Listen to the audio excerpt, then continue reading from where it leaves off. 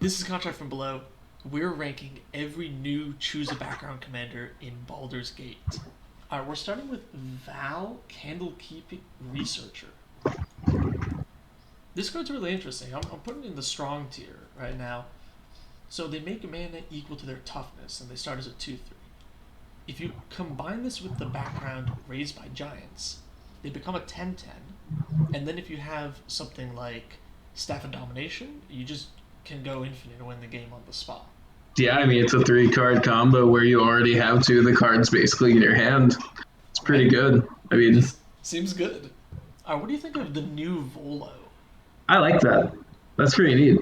Um, Yeah, it's interesting. So the funny thing is you can lose your journal because it has a hexproof, but it's not like indestructible or well, anything. yeah, I can So still die like being in progress, sure. yeah, it can still be vandal blasted or whatever.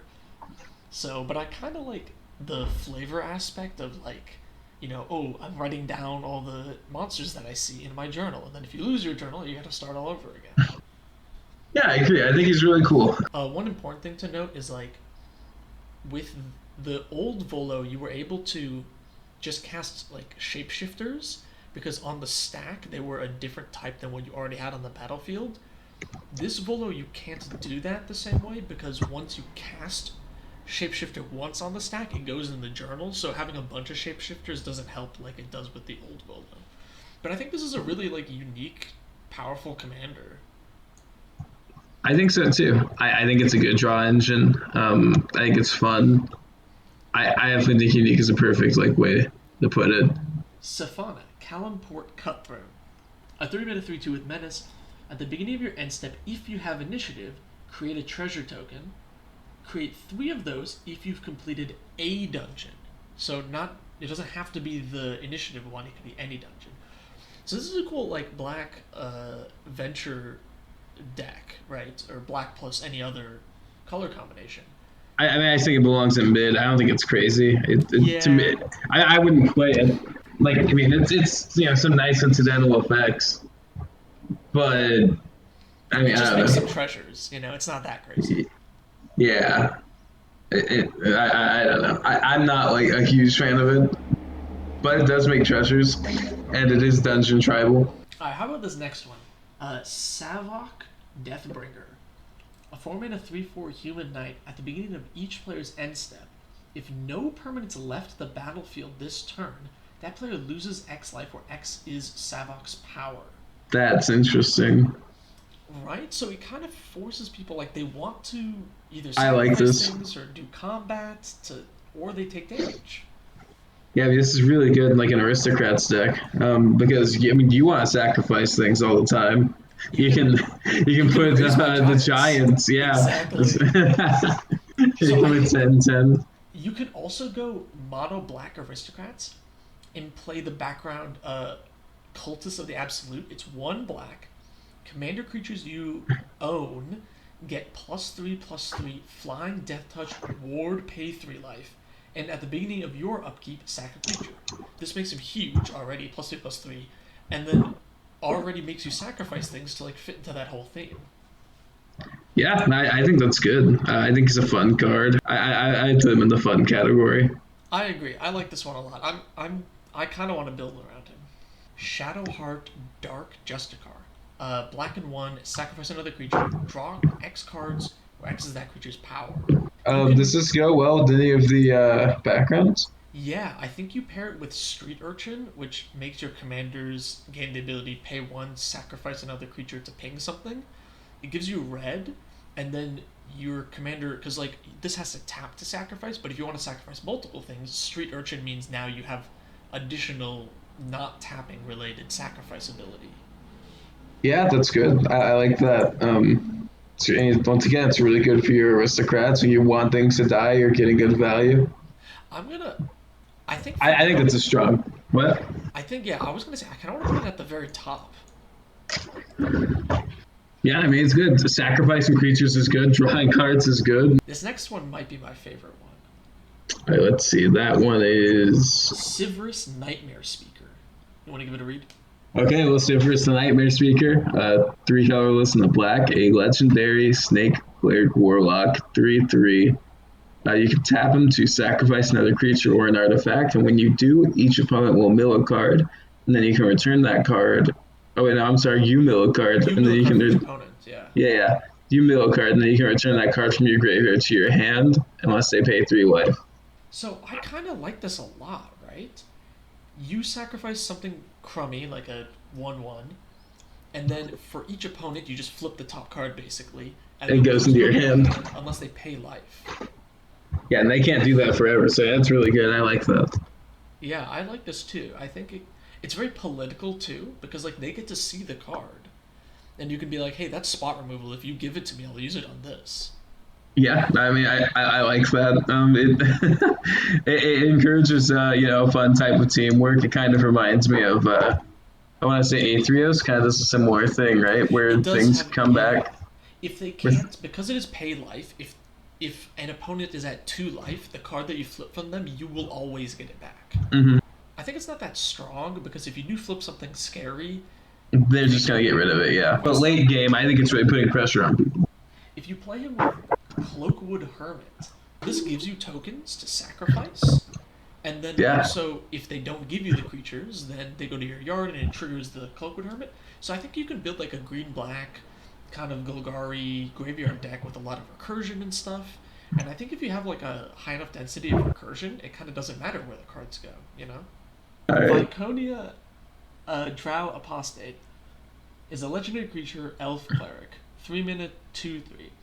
At the beginning of your upkeep, if there are 4 or more creature cards in your graveyard, return a creature at random from your graveyard to your hand. That's so weird. I also hate it. I really don't like these. They had one of the most recent set, Arcane Bombardment. The choosing things from your graveyard at random. It's really tedious because you're like, oh, okay, I have what 11 creatures in my graveyard. Let me get my D12 and then a 12 is a reroll. Like it's confusing. And here's the other thing: is technically you're not allowed to reorder your graveyard in Commander. There are multiple cards that affect your graveyard order, your opponent's graveyard order.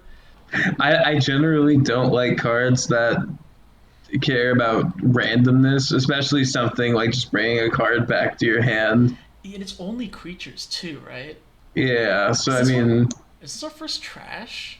I think it might be. I think it might be trash. We have Amber Gristle Omal, a 4 mana 3/3 legendary creature dwarf cleric with haste that says when it attacks, you may discard your hand. If you do, draw a card for each player being attacked.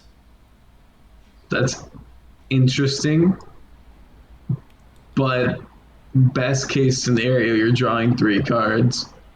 So if you have less than 3 cards in hand, Well, then it is good. Yeah, here's the crappy part too, is she has to attack, right? It's not and she's just a whenever you 3/3. attack. She's just a 3/3 with haste. Like there are a lot of good like good things like wheel you, but like for 3 cards, best case scenario, when it's not happening that often, yeah, I don't know. It's just not that good. Ellen Harbreeze, Busybody.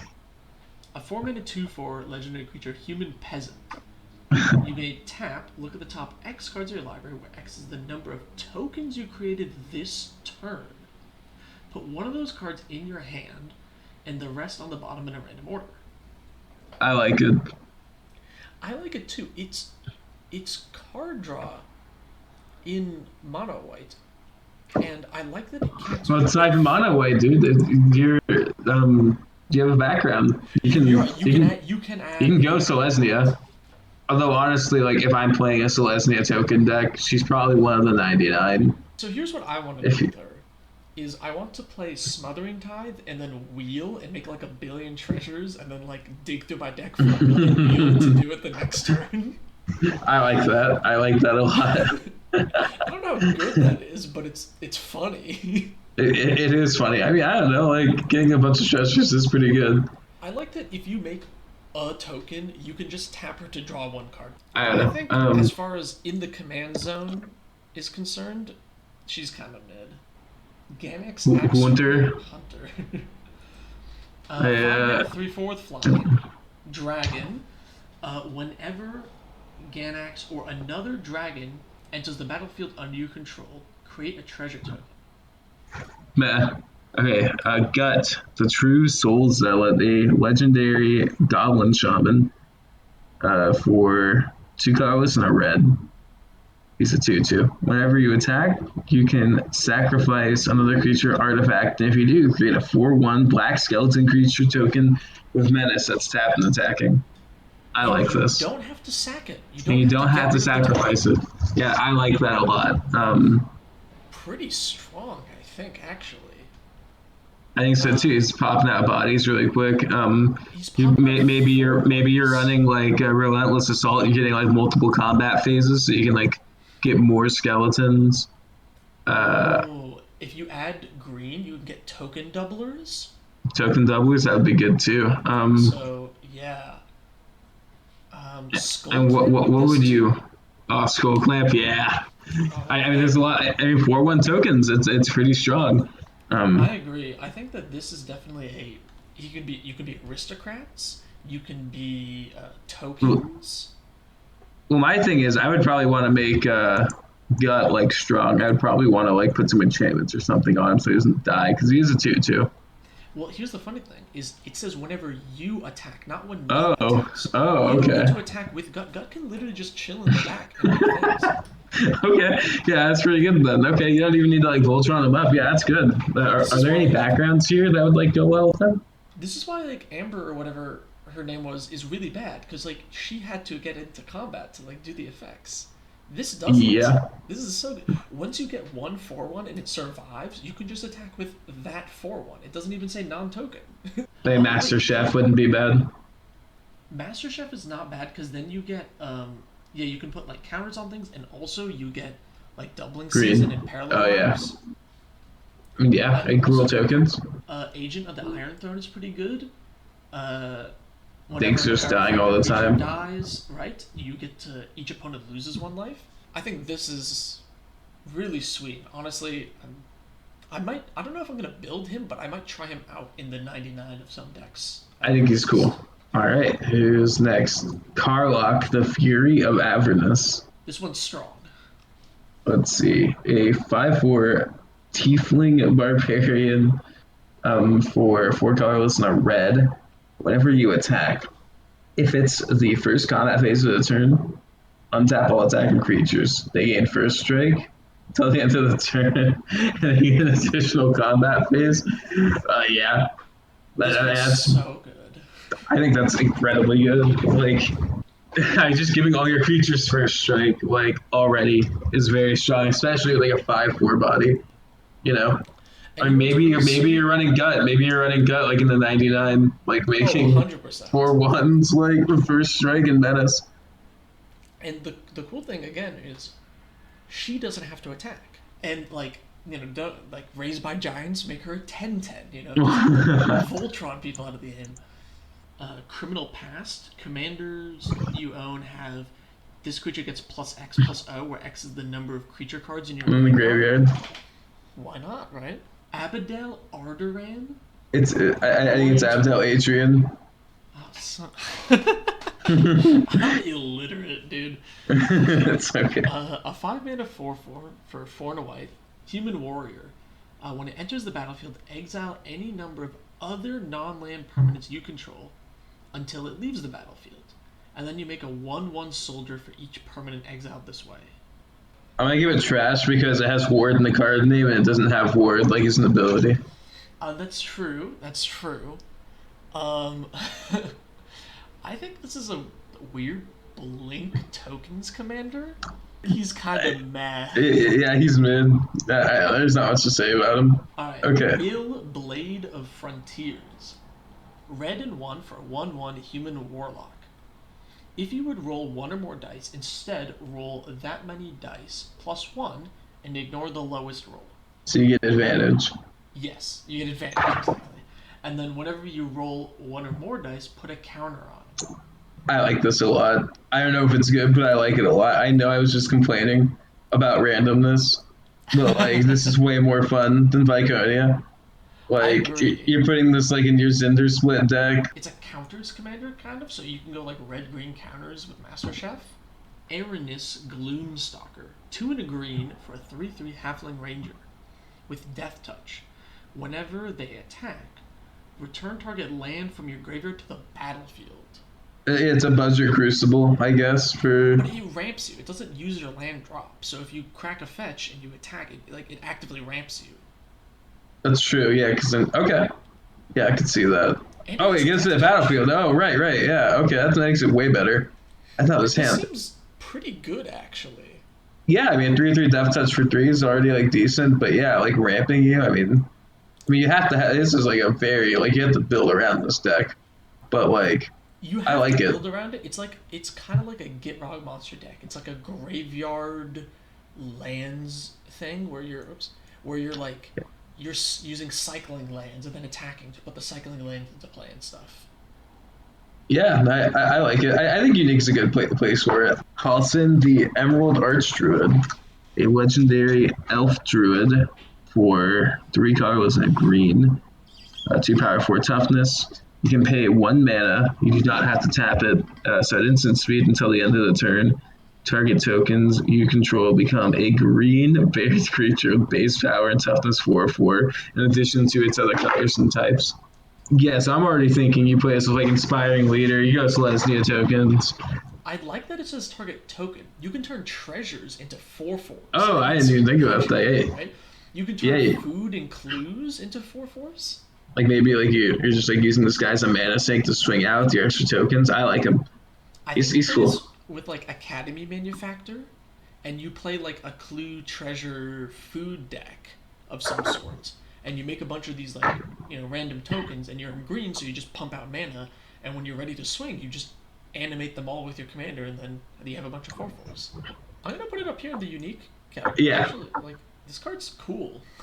It is cool. I like it. Alright, this next one I think is pretty strong. Jaheira, Friend of the Forest. 2 and a green for a 2/3 human elf druid. Tokens you control have tap. Add a green mana. Choose a background. You can tap your treasures for green mana. Well, ironically, I guess you could tap them for mana without sacrificing them. You could, yeah, exactly. You can tap them. You can tap your clues and food for mana too. I think you can play this with Inspiring Leader. Commanders you control have creature tokens get +2. +2. Yeah, I mean this is good. I mean it just makes your tokens like better. I think this is like there's a billion options for Selesnya tokens, obviously, but I think this is actually a pretty good one. You can be playing this with Halcyon and like using that as a way to get mana for the other half of your tokens, I guess. Honestly, yeah, I think I'm putting this in the strong category. I think this is a pretty powerful effect. Scanos Dragonheart, a 4/4 for 4 and a green, Dragon Ranger. Whenever he attacks, it gets +X/+X until end of turn, where X is the greatest power among other dragons you control, and dragon cards in your graveyard. Meh. This next one I think might be the most popular from the set. Yeah, I actually saw this guy. Refined Grizzly, green and 1 for a 2/2. This spell can't be countered. He's a bear warrior. This spell can't be countered. Vigilance, Trample, Reach, Ward 2. My man, I love this guy. This is the top of fun tier. I actually don't think he's very strong. Don't get me wrong. Raised by Giants, making him an uncharacterable 10/10, like a ton of keywords. You can make a real Voltron deck here, right? You can suit up your bear in all the armor and skills, and you can go to town, and it'll be funny. I don't think it'll be good, but like. No, I agree. Hulu, the Loyal Hollyphant. A 3/2 elf and angel, costs 4 mana, 3 colorless and a white. Has flying, and it says at the beginning of your end step, if a permanent you control left the battlefield this turn, put a +1/+1 counter on each tap creature you control, then untap them. Yeah. I think this is good. Do you definitely play this on like ETB? Like this is ETB tribal. Yeah, it's a blink deck, right? I don't know. Do you think this is I feel like this is pretty strong, actually. Yeah, I think because here's the thing: is I think you actually play with Candlekeep Sage and go blue white. Candlekeep Sage is a 3 mana background in blue that says uh, commander creatures you own have when this enters or leaves the battlefield draws a card. So blinking it draws you 2 cards, and then you start putting counters on things as well. I feel like you can make a pretty powerful, pretty scary like blink deck. I'm gonna put it in the unique category just because it is kind of weird and kind of build around. Because other yeah, you could do blink stuff. You could also be a counters deck. Prasad Yin Bashir. What a wild name.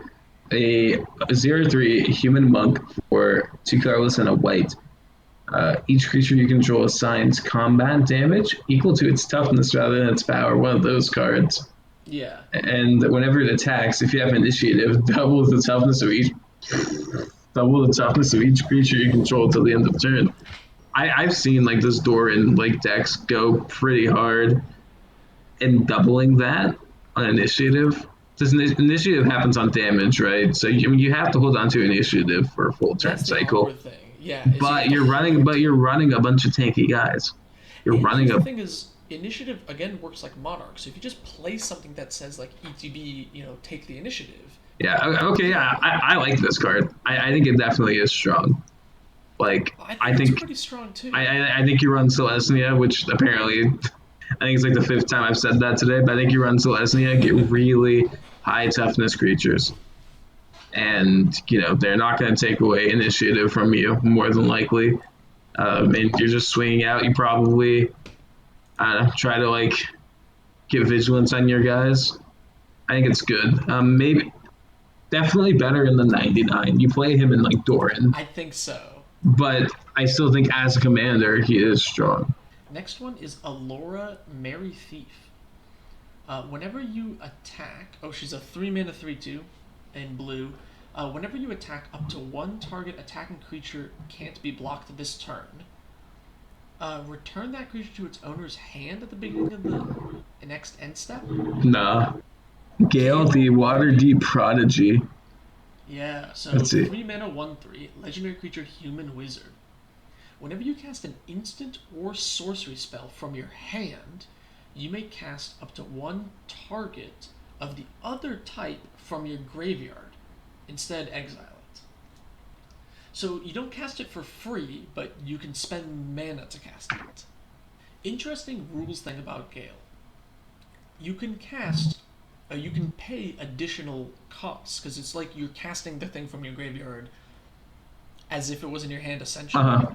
Yeah, So if you have a card with buyback in the graveyard, if you pay the buyback, it'll go back to your hand instead of exile. that's good. Because it only exiles if the spell would be put back into your graveyard. I So like I that. think you play like if you have like a sorcery speed draw spell and then like capsize or something, you can, capsize something not bought back, then cast a sorcery speed draw spell like Serum Visions, and then buy back the capsize to bounce something else, get it back to your hand, and then when you cast the capsize, you'll cast the sorcery Serum Visions as well, and then you can kind of like get some like weird value there. Yeah, I like this as a unique card. I think this card can probably do a lot of stuff that like my brain is too small for. I Um, think this is like potentially a storm commander. I think so. Because you are, I mean, you are like slinging spells. Like, I don't know what background goes with this. oh, I don't know. I think you just get like a value color background. Yeah, I definitely see it as value like in a storm deck, but I think you probably play him in a 99. Yeah, But this is like I could see him in the 99 of like a high tide deck. I think he's pretty strong though. At the I same think so time, too. I put him in strong. Yeah, a 2/3 human rogue wizard with ward 2. And at the beginning of your end step, if you have the initiative, draw a card. Then draw another card if you complete a dungeon. Yeah, you draw cards. yeah, it's kind of boring. Yeah, I agree. I think it's mid. I think it's like trash garbage. I mean, It's like, not bad, but like I'm not blown away by a blue legend that just draws cards here and there. well, yeah, exactly. It's pretty like conditional too. You can play Uh, it with the dungeon delver background, rune abilities of dungeons you own trigger an additional time, and then you can go for like dungeon value and just like double up your dungeon abilities and And draw then you're cards. drawing two. Yeah. It's not it's not a bad deck. I'm just not blown away by it. Yeah, I agree. I don't really like the dungeon tech. I don't think it's that interesting. So yeah, I'm pretty whatever about it. This next card's really interesting. Renari, Merchant of Marvels. 3 and a blue for a 2/4 Dragon Artificer. You may cast dragon spells and artifact spells as though they had flash. Choose I a like it. Yeah, I think it's strong enough to be out of the mid tier here. I think it's actually pretty fun. All right, this one's kind of funky. A faceless one, 5 generic for a 3/3. If it's your commander, choose a color before the game, and then it is that color. So and it has choose a background. So it's a choose a background commander with any color, and it has no other text. It's not good. I think it's just for draft because the set is meant to be Yeah, draft. yeah, it's a common card. Yeah, just a draft card. We have Levon, Cultist of Tiamat, a 1/3 Dragon Shaman for 2 colorless and a red. Whenever you cast a non-creature spell, target creature gets +X+0 until end of turn, where X that spell's mana value. I feel like Izzet does similar things, and probably like better. Yeah, I Um, think this is probably like a blue-red Spellslinger Voltron kind of deck. yeah, maybe you're playing. I think this is maybe like a storm deck too. Like maybe you go like try a storm. I don't know. Yeah, it's kind of cool that it counts the mana value. So if you play like Dig Through Time, you can give a creature +8/+0, right? Even though you Yeah, have 2 yeah. mana on the card. I don't know. It's fine, I guess. All right, you can read the last one. All right, last one. Oh, you're gonna make me read it because there's no way I can pronounce this. I Lae'zel Vlaakith's Champion. think that's pretty good. A Gith Warrior for 3/3 for 2 and a white. If you would put one or more counters on a creature or planeswalker you control, or on yourself, you may put that many counters +1 instead. This is kind of interesting. I think it is pretty neat. You I can like infect counter. yourself so much faster. So obviously you can go +1/+1 counters, but I think you can also go like super friends because it gives you Your planeswalkers planeswalkers, yeah. to 2. If it goes well in a green white deck, you're playing like doubling season, you know? You can play this in the 99 of any of the experience counter commanders that have her in the colors. You could play it in Daxos. You could play it in the Boros one. I don't think those are bad options. What other kind of counters can you put on yourself other than the effect? Energy counters go on people. Oh, energy counters, right. You could build like an energy deck? Oh, that's actually really cool. I'm gonna bump her up actually in the unique tier here. I didn't think about that. Ooh. Well, that's our list. That's our tier list. Before we go, Rocky, what's your favorite? Oh man. I think Carlock or Gut. I'm trying to decide between them right now. I think they're I both think quite fun. I think Gut might be my favorite. I mean, Gut's really cool. Yeah, that one's so sweet. I'm gonna try it in my Grenzo list for sure. I guess I won't rip you off then. I think I probably choose Carlock. I think Carlock's really cool. Just a very like good aggressive card. Hmm. Just overall solid. I'll say Halcyon is my second favorite. Turning your like clues into 4/4 bears sounds really sweet, and I want to play it in something. Not as a commander, but in the 99 somewhere. I think maybe my second favorite Starbuck. I don't know if he's like actually that good because people can probably like get rid of their creatures somehow. But I like the idea of there just being like that pressure on people to like do stuff. Yeah, I like it too. Let us know in the comments below what your favorite is. If you agree or disagree with our tier list, are we missing something? Are any of these trash commanders actually like really good? Is there something we're missing? Let us know. Do Viconia is the strongest character on this entire list. Yeah, well, Yeah, we'll see about